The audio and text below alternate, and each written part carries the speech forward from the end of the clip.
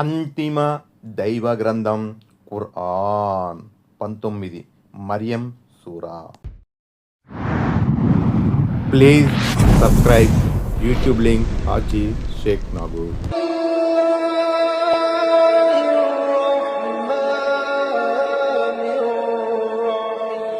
అపార కరుణామయుడు పరమ కృపాశీలుడు అయిన అల్లాహ్ పేరుతో.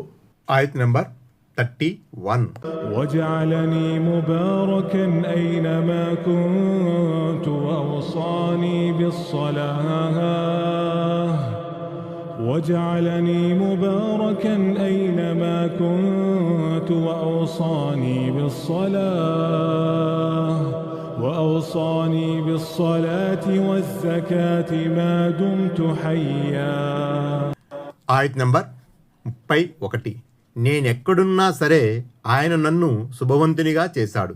నేను జీవించి ఉన్నంతకాలం నమాజు జకాతులకు కట్టుబడి ఉండమని ఆయన నాకు ఆదేశించాడు. వ్యాఖ్యానం 31. నేనెక్కడ ఉన్నా దైవధర్మంపై స్థిరంగా ఉంటాను. నేనున్న చోట వస్తువులలో శుభం సమృద్ధి కలుగుతుంది. లేదా దేవుడు నన్ను మంచిని గురించి ఆజ్ఞాపించేవానిగా చెడుల నుంచి వారించేవానిగా చేశాడు. ఆయత్ నంబర్ 32. وبرا بوالدتي ولم يجعلني جبارا شقيا. ఆయత్ నంబర్ 32. ఇంకా ఆయన నన్ను నా తల్లికి సేవ చేసేవానిగా చేశాడు. నన్ను దౌర్జన్యపరునిగాను దౌర్భాగ్యునిగాను చేయలేదు. వ్యాఖ్యానం 32. కేవలం తల్లి సేవ చేసేవానిగా చేశాడు అని అనడాన్ని బట్టి కూడా హజరత్ ఈసా యేసు క్రీస్తు తండ్రి లేకుండా విశిష్ట రీతిలో పుట్టించబడ్డారని విదితమవుతుంది. లేకపోతే ఈసా కూడా యెహ్యా మాదిరిగా తల్లిదండ్రుల పట్ల ఉత్తమంగా వ్యవహరించేవాడుగా ఖరారు చేయబడేవారు. కానీ ఈసా విషయంలో కేవలం తల్లి సేవ మాత్రమే ప్రస్తావించబడింది. వ్యాఖ్యానం 33. తల్లిదండ్రుల పట్ల సేవాభావం లేని వ్యక్తిలో బలత్కార ధోరణి కాఠిన్యం ప్రబలుతాయని, తత్కారణంగా అతడు దౌర్భాగ్యుడవుతాడని దీన్ని బట్టి అర్థమవుతుంది. హజరత్ ఈసా అలైహిస్సలాం సంభాషణ తీరును బట్టి అదంతా గతంలో జరిగినట్లు అనిపిస్తుంది. కానీ వాస్తవానికి అది భవిష్యత్తుతో ముడిపడి ఉంది. ఎందుకంటే ఈ మాటలు పలికినప్పుడు ఆయన పాలు త్రాగే పసిపిల్లవాడే. ఇవి అల్లాహ్ విధివ్రాతలోని విషయాలు. అవి అప్పటికి ఇంకా సంభవించకపోయినప్పటికీ గతంలో మాదిరిగానే సంభవించడం తథ్యం. ఆయత్ నంబర్ 33, 34. والسلام علي يوم ولدت ويوم أموت ويوم أبعث حيا. ఆయత్ నంబర్ 33. నేను పుట్టినరోజు, నేను చనిపోయే రోజు, నేను సజీవినై తిరిగి లేపబడే రోజు నాపై శాంతి కలుగుతుంది. ذلك عيسى ابن مريم قول الحق الذي فيه يمترون. ఆయత్ నంబర్ 34. ఇది మరియం కుమారుడైన ఈసా యథార్థ గాథ. ప్రజలు సంశయంలో పడి ఉన్న సత్యవాక్కు ఇదే. వ్యాఖ్యానం 34. దైవ ప్రవక్త హజరత్ ఈసా యేసు అలైహిస్సలాంకు సంబంధించిన వాస్తవ విషయం ఇది. యూదులు క్రైస్తవులు ఆయన గురించి చెబుతున్నటువంటి విషయాలు నిజమైనవి కావు. వారిలో కొందరు మరియం కుమారుడైన ఈసాను తెగనాడితే మరికొందరు ఆయన పట్ల గల భక్తిలో అతిశయిల్లిపోయారు. వాస్తవానికి వారు ఆయన విషయంలో సందిగ్ధానికి లోనయ్యారు. ఆయత్ నంబర్ 35. ما كان لله أن يتخذ من ولد سبحانه إذا قضى أمرا فإنما يقول له كن فيكون. ఆయత్ నంబర్ 35. అల్లాహకు సంతానం ఉండడం అనేది ఎంత మాత్రమూ తగదు. ఆయన పరమ పవిత్రుడు. ఆయన ఏ పనినైనా చేయాలని సంకల్పించుకున్నప్పుడు అయిపో అని ఆజ్ఞాపిస్తాడు. వెంటనే అది అయిపోతుంది. వ్యాఖ్యానం 35. ఏ దేవునిలోనైతే ఈ గొప్ప గుణం అసామాన్య శక్తి ఉంటుందో అతనికి సంతానం అవసరం ఏముంటుంది? తండ్రి లేకుండా ఓ జీవుని సృష్టించడం ఆయనకు కష్టసాధ్యమా? అల్లాహకు కుమారుడున్నాడని చెప్పేవారైనా, యేసుక్రీస్తు విశిష్ట జననాన్ని నిరాకరించేవారైనా అల్లాహ్ అసామాన్య ప్రజ్ఞాపాఠవాలను త్రోసిపుచ్చినట్లే లెక్క. ఆయత్ నంబర్ 36, 37. وإن الله ربي وربكم فاعبدوه هذا صراط مستقيم. ఆయత్ నంబర్ 36. నిశ్చయముగా నాకు మీ అందరికీ ప్రభు అల్లాహ్ మాత్రమే, కనుక ఆయన్నే ఆరాధించండి, ఇదే రుజుమార్గం అని ఈసా యేసుక్రీస్తు బోధించాడు.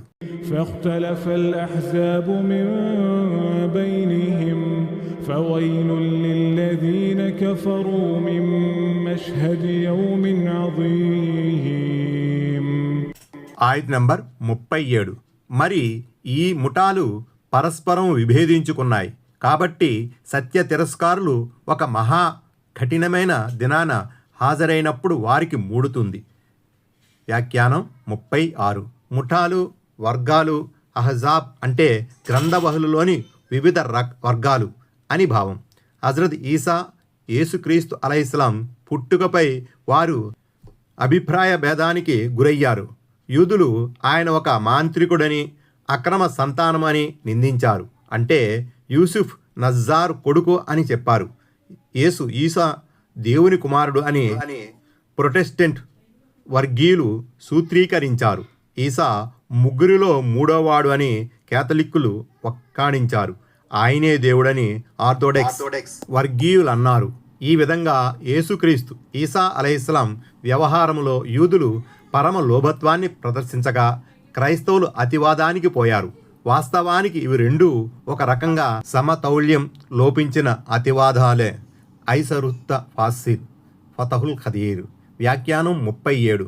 మరియం కుమారుడగు ఈసా యేసుక్రీస్తు అలైహిస్సలాం విషయంలో వాస్తవాలను విస్మరించి విభేదించుకుని కుడి ఎడమల అపవాదాలను అనుసరించిన సత్య తిరస్కారులు తీర్పు దినాన దైవ సమక్షములో హాజరైనప్పుడు వినాశాన్ని చవిచూస్తారు. ఆయత్ నంబర్ 38. أسمع بهم وأبصر يوم يأتوننا لكن الظالمون اليوم في ضلال مبين. ఆయత్ నంబర్ 38.